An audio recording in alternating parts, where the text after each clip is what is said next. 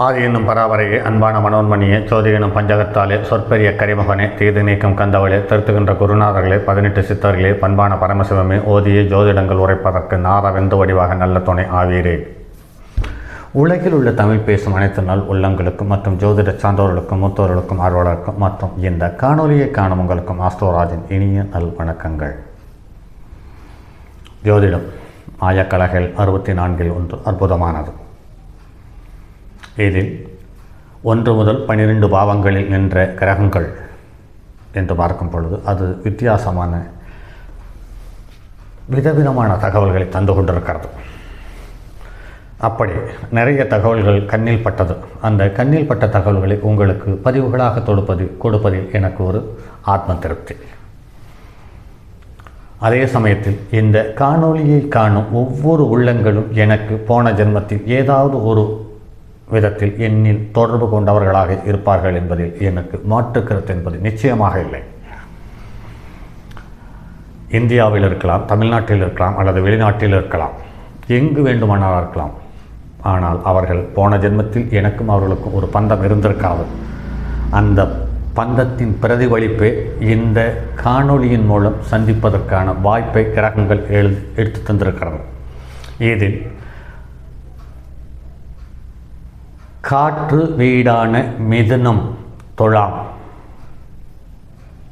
கும்பம், இந்த 3 ராசிகளுக்கு உரிய கிரகத்தினுடைய நட்சத்திரங்களில் உள்ளவர்கள் என்னுடைய காணொளியை அதிகமாக பார்ப்பதற்கோ பலன் பெறுவதற்கோ வாய்ப்புண்டு.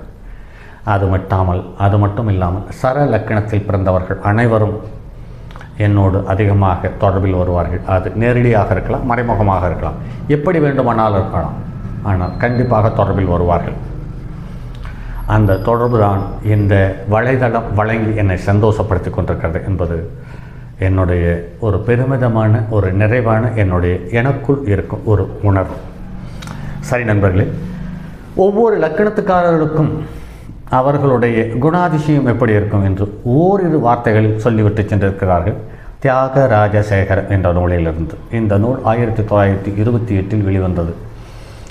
அதில் சொல்லப்பட்டது, மேச லக்கணத்தில் பிறந்தவன் யாராக இருந்தாலும் அவன் திரவியவான் என்றும், ரிஷப லக்கணத்தில் பிறந்தவன் சங்கீத பிரியன் என்றும், மிதுன லக்கணத்தில் பிறந்தவன் தனவான் என்றும், கடக லக்கணத்தில் பிறந்தவன் கோபி என்றும், சிம்ம லக்கணத்தில் பிறந்தவன் மாலைக்கண்ணன் என்றும், கன்னிய லக்கணத்தில் பிறந்தவன் எழுத வல்லவன் என்றும், துலா லக்கணத்தில் பிறந்தவன் புத்திரன் தங்காது என்றும், விருச்சிக லக்கணத்தில் பிறந்தவன் துர்க்குணமுடையவன் என்றும், தனுசு லக்கணத்தில் பிறந்தவன் மனை பேடை உடையவன் என்றும், மகர லக்கணத்தில் பிறந்தவன் நித்திரை உடையவன் என்றும், கும்ப லக்கணத்தில் பிறந்தவன் சுகணவான் என்று சொல்லப்பட்டிருக்கிறது. மீன லக்கணத்தில் பிறந்தவன் வெகுதாரன் என்று சொல்லப்பட்டிருக்கிறது.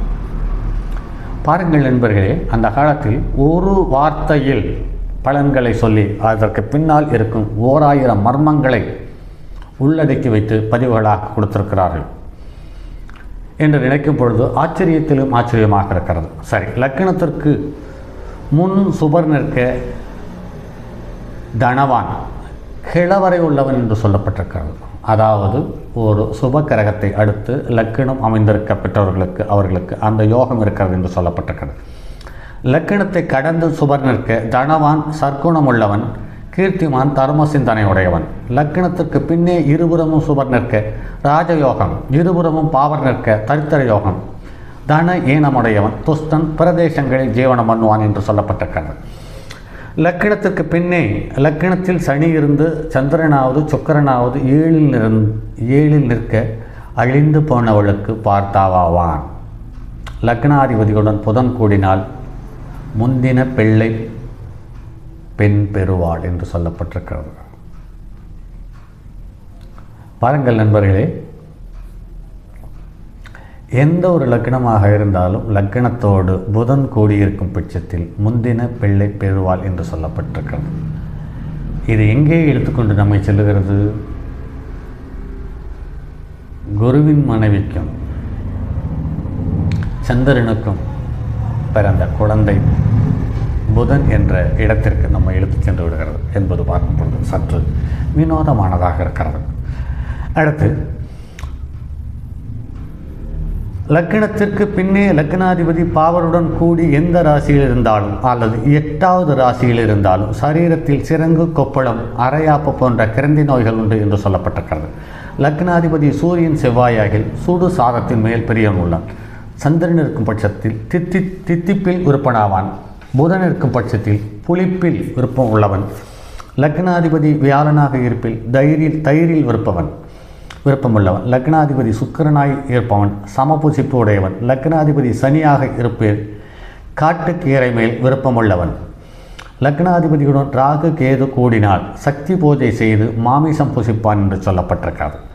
லக்னம் மகரம் கும்பமாகில் அதில் சனி இருந்தால் சகல பாக்கியம் உண்டு. லக்னம் கடகமாகில் அதில் சந்திரன் இருந்தால் பூமி பாலகனாகவும் யோகவானாகவும் இருப்பார்கள் என்று சொல்லப்பட்டிருக்கிறது. லக்னத்துக்கு அதிபன் 10க்கு அதிபன் இவர்கள் பிளத்திருந்தால் உத்தியோகம் செய்வான். லக்னாதிபதி பலவீனமாய் 6, 8, 12 இருந்தால் சேவகாவிருத்தி அல்லது கூலி ஜீவனம் பண்ணுவான் என்று சொல்லப்பட்டிருக்கிறது. மற்ற கிரகங்கள் பலாபலன் அறிந்து இதனுடைய பலனை நிர்ணயம் செய்ய வேண்டும் என்று சொல்லப்பட்டிருக்கிறது.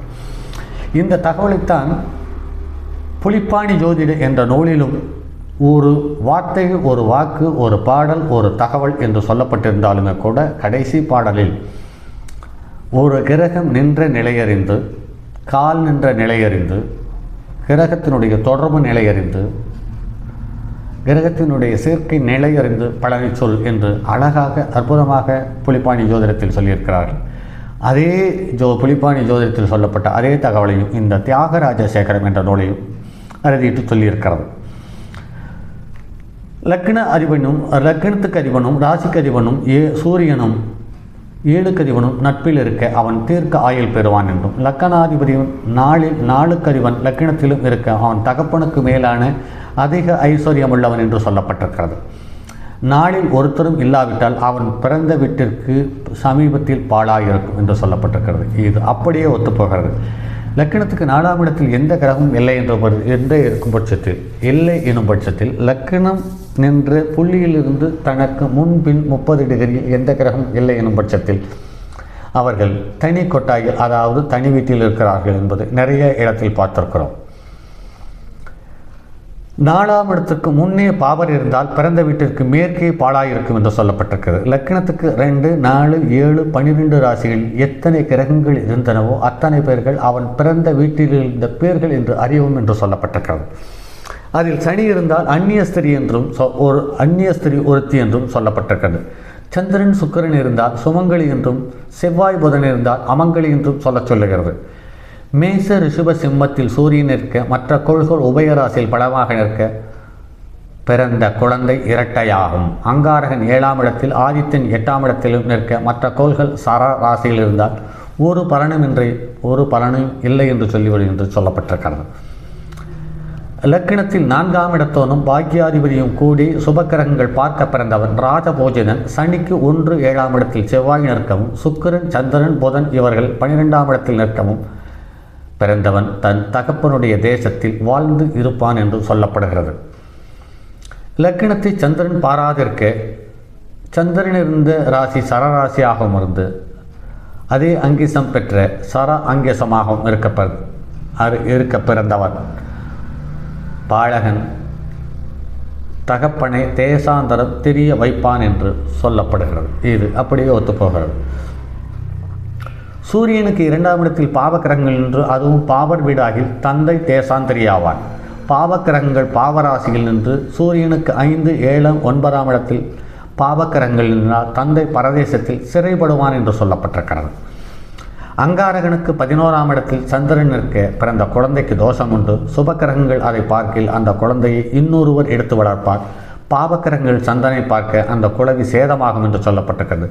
பாக்கியாதிபதி சந்திரனை பார்க்கில் தகப்பன் வாழும் மனையில் ஜனனமாகும் என்று சொல்லப்பட்டிருக்கிறது. இப்படி ஒவ்வொரு விதத்திலேயும் ஒரு கிரகம் நின்ற நிலையை சார்ந்து அவனுடைய பிறப்பு, அவனுடைய இறப்பு, அவனுடைய வாழ்க்கை, அவனுடைய சந்தோஷம், அவனுடைய துக்கம் அனைத்தையும் சொல்லப்பட்டிருக்கிறது என்பது பார்க்கும் பொழுது ஜோதிடத்தில் கோடீஸ்வரனாகும் யோகம் மட்டும்தான் இருக்கிறதா, செல்வத்தில் திளைக்கும் யோகம் மட்டும்தான் இருக்கிறதா, நீங்கள் வெற்றி பெறுவது எப்படி, உங்கள் வெற்றியை தக்க வைத்துக் கொள்வது என்பது, இப்படிப்பட்ட தகவல்கள் மட்டும் இருப்பதாக நம் ஜோதிடர்கள் வலம் வந்து கொண்டிருப்பதை பார்க்கும் பொழுது ஏதோ ஒரு அபரிமிதமான ஒரு சின்ன சந்தோஷம் மனதில் எட்டி பார்க்கிறது.